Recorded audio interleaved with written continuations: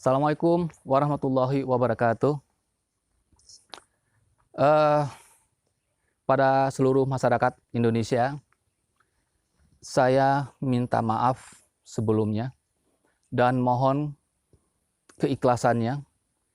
Selama ini dari tahun 2019 bulan Februari, saya menerima gaji buta atau diberi gaji buta karena kondisi saya tidak berani, tidak mungkin saya melaksanakan tugas. Walaupun dari Pemda Kabupaten Sukabumi memaksa saya untuk menjalankan tugas dengan keadaan terancam atau pembulian ya, kemudian penyiksaan, penghinaan terhadap saya. Itulah yang menyebabkan saya mengambil keputusan untuk tidak sanggup melaksanakan tugas. Kejadian ini juga ya, atau menerima gaji buta ini juga sebelumnya saya sudah pernah juga, yaitu tahun 2006 sampai tahun 2008 saya ditugaskan menjadi tukang sapu. Sedangkan pendidikan saya sarjana. Kemudian dan waktu itu pangkat golongan saya itu 3A mau menjelang ke 3B. Ada salah satu teman saya senior itu mayatnya ditemukan di pinggir jalan di depan terminal. Kejadian itu tahun 2006. Nah, waktu itu saya sebelum dia meninggal, seminggu sebelum meninggal, beliau pernah curhat dan menasihati saya, ya. Saya hanya sampaikan singkat aja. Waktu itu saya membawa pistol itu karena saya terancam. Ada ancaman-ancaman, ya. Dan pada saat itu saya sedang membawa uang negara untuk saya bagikan ke petani binaan saya. Sementara lokasi yang akan yang saya tujukan ke kelompok tani binaan saya itu harus melewati hutan lindung. Nah, terpaksa akhirnya saya menggunakan pistol dan lagi pula Polsek Geger Bitung tidak gimana ya, kebingungan mereka ketika saya mengadu. Sebab apa? Biaya operasional itu dari mana katanya. Nah, disitulah makanya akhirnya saya ambil sikap. Saya menemui teman saya di Secapa dan saya ceritakan semuanya. Akhirnya saya membeli pistol tersebut dan bawah ini dan ditutupi dengan jaket hitam ini. Menjodohkan saya dengan anak petani. Nah, dan saya menghindar, saya menolak, dan mereka berbagai macam siasat mereka lakukan terhadap saya. Kekerasan yang pertama adalah tempat tidur yang waktu itu saya sedang tidur, ya, tempat tidur saya itu ditendang-tendang sama dia. Saya lagi tidur sambil menyebutkan nama masalah perempuan ini, masalah perjodohan ini. Kemudian dipiting leher saya oleh Pak Mundir tersebut, dan waktu itu leher saya bagian belakang sebelah kanan itu menyentuh otot tangan kanan yang keras itu, ya. Dan itu saya sempat menjerit dan sambil mengatakan masalah perjodohan itu juga waktu itu. Baik Bu, saya siap melaksanakan tugas sebagai bendahara Demapan ini, program Demapan, tapi dengan syarat saya tidak akan melaksanakan tugas apabila melanggar atau menyimpang dari prosedur. Nggak mungkin, saya bukan anak kecil. Kita lihat nanti. Dan saya mengerjakan laporan bulanan dengan keadaan diinpus. Saya menulis pakai tangan kanan, itu pedih. Ini surat saya dimutasikan di sini, Pak. Terus katanya, Bapak mau tugas di mana, mau wilayah mana binaannya. Itu terserah Bapak.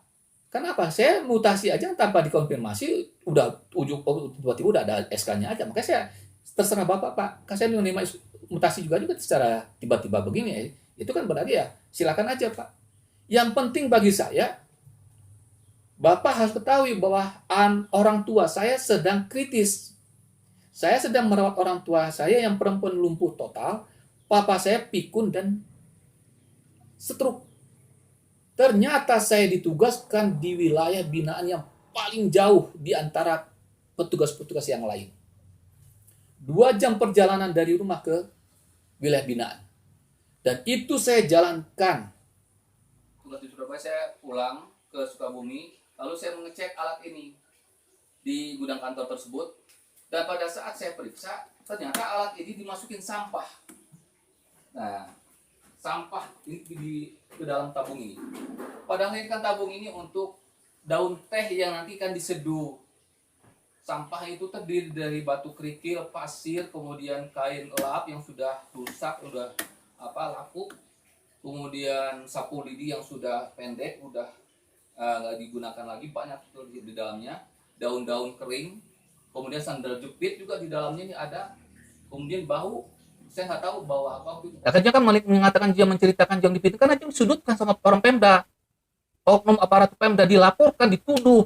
Padahal itu berjuang menerima Neng yang sebenarnya dia nggak mau tadinya, tapi dipiting dia. Lehernya dituduh pula dia. Hancur karirnya, mati karirnya sekarang. Terus nyawa orang tuanya gara-gara dipindahin ke Ciengang, pindahnya itu mutasi juga nggak diomongin, nggak dikonfirmasi. Tiba-tiba aja udah ada surat pindah, mutasi pindah. Nah, akhirnya kan terpaksa aja yang pindah. Nah, akhirnya orang tua, ketika orang tua ngedrop, yang di Ciengang kan di gunung, nggak bisa dihubungin. Nah, ini kan jelas ada apa ini? Dan jangan jadi korban terus berarti kan? Yang berkaitan dengan Neng, kita selesaikan nanti secara hukum ya. Iya. Neng siap bertanggung jawab atas kesalahan Neng. Dan Neng, kesalahan Neng itu yang mengakibatkan Neng menjadi stres mengurus orang tua, nggak ikhlas mengurus orang tua. Penyebabnya juga Neng mau diusut. Oh ya, nggak apa-apa, bagus. Nggak bisa Neng sendirian aja. Nggak apa-apa. Kenapa Neng harus bertanggung Kalau jawab Neng mau sendiri? mengusut mereka, dia juga kedukung. Kita lihat nanti, oke? Iya. Anak emasnya Pak Dudung. Nah, betul. Ada kecemburuan sosial di situ. Mereka nggak suka ke Joyang itu. Yang pertama, Joyang nggak suka korupsi, menentang korupsi. Yang keduanya, Joyang banyak idenya untuk mengembangkan daerah Sukabumi ini, padahal dia yang bukan orang Sukabumi, tapi mau mengembangkan di Sukabumi, membantu petani. Itu mungkin ya itu terserah lah itu ya, nanti ya kita tunggu aja nanti. Ada pembelian selanjutnya. Akhirnya saya dalam melaksanakan tugas selalu membawa pistol. Namun saya tidak melaksanakan tugas lagi dan tidak membawa pistol lagi sejak tahun 2019 bulan Februari. Nah, demikian kisah saya ini. Mudah-mudahan ini bisa sampai ke Bapak Presiden untuk diproses hukum agar ketahuan apa motifnya. Demi keadilan, saya melakukan ini, memposting ini, lalu menyebarluaskan melalui media sosial karena pengaduan saya kira mungkin tidak sampai ke Bapak Presiden sejak zaman Pak SBY dan Pak Jokowi periode yang pertama. Demikian mohon bantuannya supaya dapat ditegakkan keadilan ini. Ya, terima kasih. Saya ucapkan Assalamualaikum warahmatullahi wabarakatuh. Selamat siang semuanya.